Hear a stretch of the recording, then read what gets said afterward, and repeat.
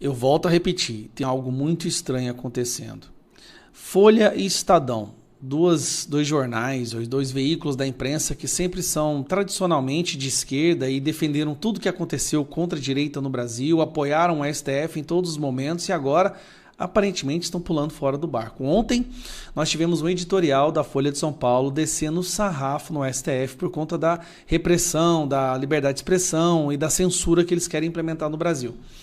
Aí hoje nós tivemos mais 2 editoriais levantando um assunto muito interessante. Mas antes de entrar, você tem que entender o que aconteceu. Primeiro, você lembra desse cidadão aqui? Palocci. Palocci tem delações gravadas dele, onde ele admite que roubou, que o Lula roubou, e aí foi condenado. Bom, só para refrescar um pouquinho a memória, vamos lá. Já no fim do seu primeiro mandato, muita coisa pessoal ele tinha pedido para ele, em termos de dinheiro que eu pessoalmente levei e entreguei para ele. Pro Lula. No fim do seu segundo mandato, aí ele preparou sua aposentadoria.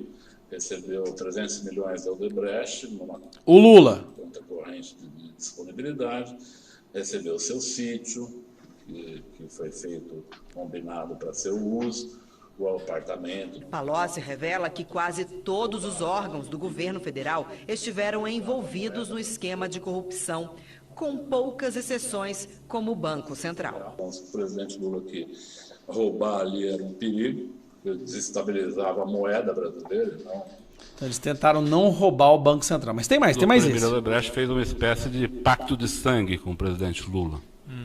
Ele procurou o presidente Lula nos últimos dias do seu mandato e levou um pacote de propinas para o presidente Lula, que envolvia esse terreno do Instituto, que já estava comprado, e o seu Emílio apresentou ao presidente Lula, o sítio para uso da família do presidente Lula, que ele já... Bom, você já deve ter visto isso, né? Palocci foi condenado, mas recentemente, um dia depois da denúncia do STF contra o Bolsonaro, o Dias Toffoli vai lá e anula tudo contra o Palocci. Devolveu o dinheiro, admitiu que roubou, contou todo o esquema de corrupção que existia no Brasil, mas as condenações dele foram derrubadas. Palocci liberou o cara 100%. Aí, Estadão solta essa daqui, ó. O Supremo precisa se ajudar. No dia seguinte à chegada da denúncia contra Bolsonaro, o STF livrou, numa canetada, mais um petista corrupto confesso. Assim fica difícil acreditar na imparcialidade do tribunal. No dia seguinte à chegada da denúncia contra Jair Bolsonaro... Cadê aqui? No dia seguinte, a chegada da denúncia contra Jair Bolsonaro e outros 33 acusados de tramar um golpe de Estado, entre outros crimes, o ministro do Supremo Tribunal Federal, Dias Toffoli, livrou mais um petista graúdo. Corrupto, confesso, apanhado na Operação Lava Jato, como foi noticiado, trata-se de Antônio Palocci, figura de proa nos governos do Lula, da Silva e Dilma Rousseff. Pode ter sido uma infeliz coincidência, claro, mas pouco importa. Fato é que a decisão monocrática de Dias Toffoli, o ministro que dá mostras de estar cada vez mais determinado a arruinar o que ainda resta de reputação institucional ao Supremo, em nada contribui muito, ao contrário, para o resgate da áurea de imparcialidade que há de orientar a corte. Então, aí vem Folha de São Paulo. Com prejuízo para o Brasil, Toffoli livra Palocci de Lava Jato. Decisão monocrática anula atos da operação contra ex-ministros de Lula e Dilma, o que não apaga graves crimes apurados. Então, o Dias Toffoli é aquele que iniciou toda... Inclusive, o Dias Toffoli hoje também está tão famoso contra o Alexandre de Moraes, depois da visita da Comissão Interamericana dos Direitos Humanos. Né? Nós mostramos claramente que foi depois de que o nome dele foi associado. E curioso, né? Na época, ele teve seu nome associado a Lava Jato, numa delação, que é o amigo do seu pai. Agora, o amigo do seu pai, o amigo do meu pai, que era chamado, né? Vai lá e anula, olha que gracinha, anula as condenações do o último que faltava.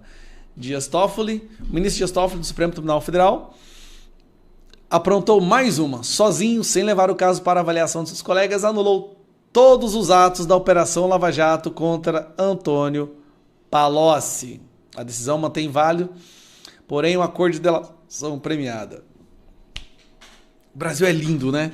O cara foi advogado do PT, nunca conseguiu passar para juiz. Foi advogado do PT a vida toda. Vai lá e é colocado como ministro do STF pelo PT. Descobre-se que o PT, o chefe do Lula e o PT organizaram o maior esquema de corrupção do mundo. O advogado que o PT colocou no STF vai lá e anula tudo. E se reclamar, você é antidemocrático. Polícia Federal bate em sua casa. Não é brincadeira não, já bateram na minha casa. Então não reclame, aceite tudo como uma democracia punjante, tá? Igual é na Coreia do Norte. Daí quando o Lula andar na rua, você tem que chorar, pular, bater palma, igual os coreanos são obrigados a fazer, senão são presos. Porque esse é o caminho que o Brasil está indo. E quem fica revoltado com isso tem que ser preso, caçado, penalizado, criminalizado. Até onde? Nossa Senhora. 16 de março, vamos para as ruas. A gente tem que começar, a gente não pode entregar os pontos. É tudo que eles querem. 16 de março, Copacabana. Você pode ignorar os fatos o quanto você quiser, mas uma hora, mais cedo ou mais tarde, a bigorna da realidade cai. E dessa vez ela caiu e o STF e o governo Lula sentiram muito. De início eles deram de ombros, diziam que não estavam nem um pouco importados, não se importavam nem um pouco, e que essa reação dos Estados Unidos e do advogado lá do Rumble e do Truth Social, do Donald Trump, era inócua, não sugeria efeito algum no Alexandre de Moraes e nessa ditadura da toga que eles estão implementando no Brasil. Alguma coisa mudou de ontem para hoje. Hoje a imprensa já começa a soltar uma outra versão de como que eles estão lidando, a percepção do Supremo Tribunal Federal em relação ao que os Estados Unidos está fazendo. Mas vamos lá. Primeiramente, como vocês sabem, amanhã, quarta-feira, será votado no plenário da Câmara dos Deputados nos Estados Unidos um projeto de lei que tem como objetivo suspender os vistos de qualquer autoridade internacional que pratique censura contra cidadãos ou empresas americanas. Esse projeto de lei tem como alvo principal Alexandre de Moraes, o que faria com que ele perderia o seu visto para os Estados Unidos. Não é lá grande coisa. Eu acredito que para ele seria assim, um tanto quanto irritante, afinal de contas eles adoram viajar para os Estados Unidos para falar que são defensores da democracia. Mas aconteceu algo mais curioso ainda. Nós tivemos um deputado dos Estados Unidos pedindo para que Donald Trump fizesse uma espécie de bloqueio financeiro do Alexandre de Moraes. Esse bloqueio financeiro é um bloqueio que acontece no sistema bancário, que tem uma repercussão, uma reação em cadeia, fazendo com que o Alexandre de Moraes ficasse impossibilitado de ter contas bancárias em qualquer banco do mundo. Isso é uma prerrogativa que o Donald Trump tem. E durante a conversa no X, aconteceu do Elon Musk também ficar um tanto quanto curioso sobre esse determinado fato. Né? O Elon Musk até publicou perguntando se o Alexandre de Moraes tem bens nos Estados Unidos, demonstrando ali uma intenção de apreender ou confiscar os bens do Alexandre de Moraes e talvez de outras autoridades aqui no Brasil, ministros, delegados da Polícia Federal, membros do governo, que estejam praticando censura e perseguição aqui no Brasil. Bom, de início, eles diziam que não estavam nem um pouco preocupados com isso, que não se importavam. Hoje, a situação mudou. Nós tivemos essa seguinte manchete aqui na Globo. Ministros do STF cobram reação formal do Itamaraty às ações de Musk e aliados de Trump contra Moraes. Agora eles querem colocar o governo, ou a estrutura do governo, para defender o Alexandre de Moraes, como se os Estados Unidos, ou o governo americano, estivesse atacando o STF. Mas não é o STF, não é uma instituição que está sendo criticada. São as decisões de um ministro da nossa Suprema Corte. E a situação começa a escalar. Então nós temos aqui, trumpistas dão como certa a aprovação de projeto para barrar Alexandre de Moraes nos Estados Unidos. Essa será a votação que acontecerá amanhã. E na Globo News, ministros do STF cobram reação formal do Itamaraty às sanções de Musk e aliados de Trump contra Moraes. Conta Daniela Lima, né, a blogueira do sistema.